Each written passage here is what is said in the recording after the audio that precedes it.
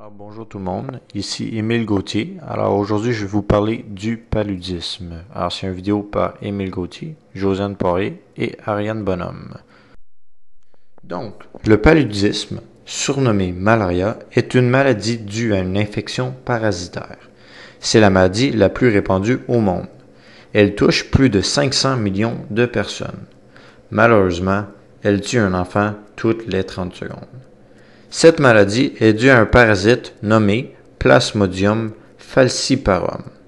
Ce parasite se répand à l'aide d'anophèles. Un anophèle, c'est un moustique. C'est la femelle qui transporte le parasite d'un organisme à un autre, car elle seule peut piquer les humains.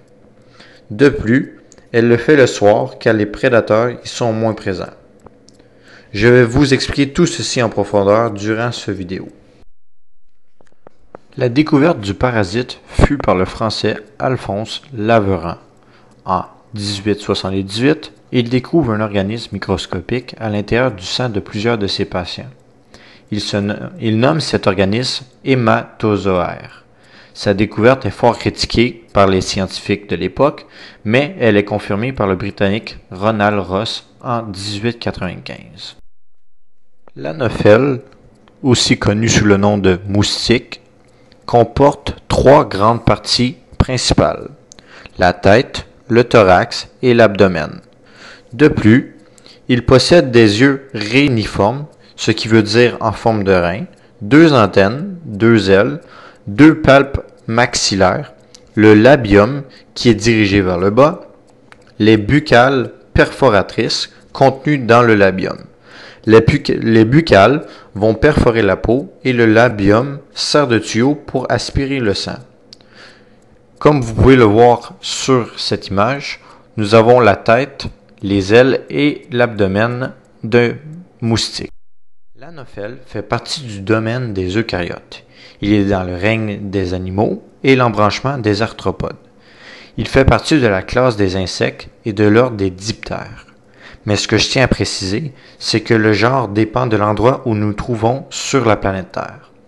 Alors si on regarde sur la carte, nous pouvons remarquer qu'il y a plusieurs sortes d'anophèles.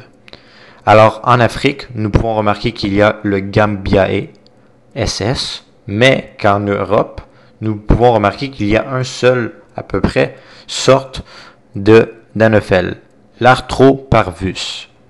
Donc, dépendant de l'endroit où nous nous trouvons, le genre peut être différent. Nous remarquons qu'en Afrique, il y a plusieurs sortes d'anophèles, et en Asie aussi, mais qu'en Amérique du Nord et en Europe, les sortes sont pas mal pareilles. Le Plasmodium falciparum est un parasite protozoaire unicellulaire. Le Plasmodium falciparum est le plus dangereux pour l'homme. Il représente 80% des cas d'infection humaine. Il y a aussi d'autres sortes de Plasmodium. Il y a le Plasmodium vivax, qui est le plus fréquent, mais le nom est beaucoup moins utilisé car il n'est pas aussi dangereux. De plus, il y a le Plasmodium malariae et ovale qui sont beaucoup plus rares. Sur cette image, vous pouvez observer la classification du Plasmodium falciparum. La transmission du parasite d'un organisme à un autre. Un anophèle contaminé pique un humain. Par sa salive, il lui transmet des protozoaires. Grâce à la circulation sanguine, les protozoaires se déplacent jusqu'au foie. Ils se regroupent et se transforment. Une reproduction asexuée est enclenchée. Après s'être multipliés par milliers, les parasites retournent dans le sang et s'attaquent aux globules rouges. Ils se reproduisent à l'intérieur des globules jusqu'à ce que celles-ci explosent. Après, ils passent à d'autres globules. Après plusieurs reproductions, certains parasites vont se différencier sexuellement. C'est la création de gamétocytes. Lorsqu'un autre anophèle pique un malade, il ingère les gamétocytes. Ainsi, ils se reproduisent dans le système digestif de l'insecte.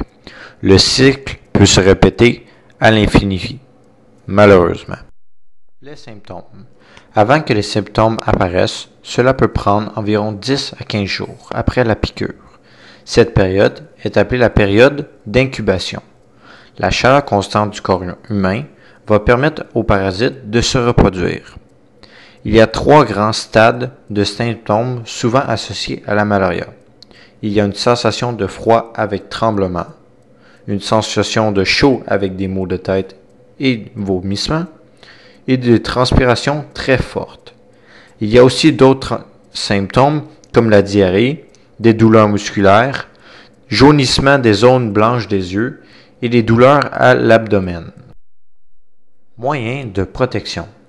Le meilleur moyen de se protéger des moustiques, c'est un moustiquaire traité aux insecticides. Cela permet de se protéger contre les moustiques qui se nourrissent le soir. Donc, le moustiquaire est placé au-dessus du lit et permet de se protéger le soir. Une étude a démontré qu'ils peuvent réduire d'un tiers la mortalité infantile. Malheureusement, il n'existe pas encore de vaccin pour protéger la population.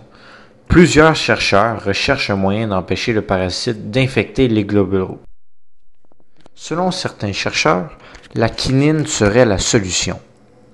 La quinine, C20, H24, O2N2, fut découverte par 2 pharmaciens français. Elle provient de l'écorce d'un arbre, le quinquina jaune. Le quinquina jaune fut introduit par les Pays-Bas en Chine. La quinine est une toxine protoplasmique. Elle pourrait combattre le parasite car elle possède une fonction dépressive sur les parasites. Elle est beaucoup plus efficace que certains produits synthétisés. Alors merci d'avoir écouté cette vidéo. J'espère que ceci vous a aidé à mieux comprendre ce qu'était le paludisme. Et je vous rappelle, c'était une vidéo par Émile Gauthier, Josiane Poirier et Ariane Bonhomme. Les bibliographies sont à la fin. Merci. Au revoir.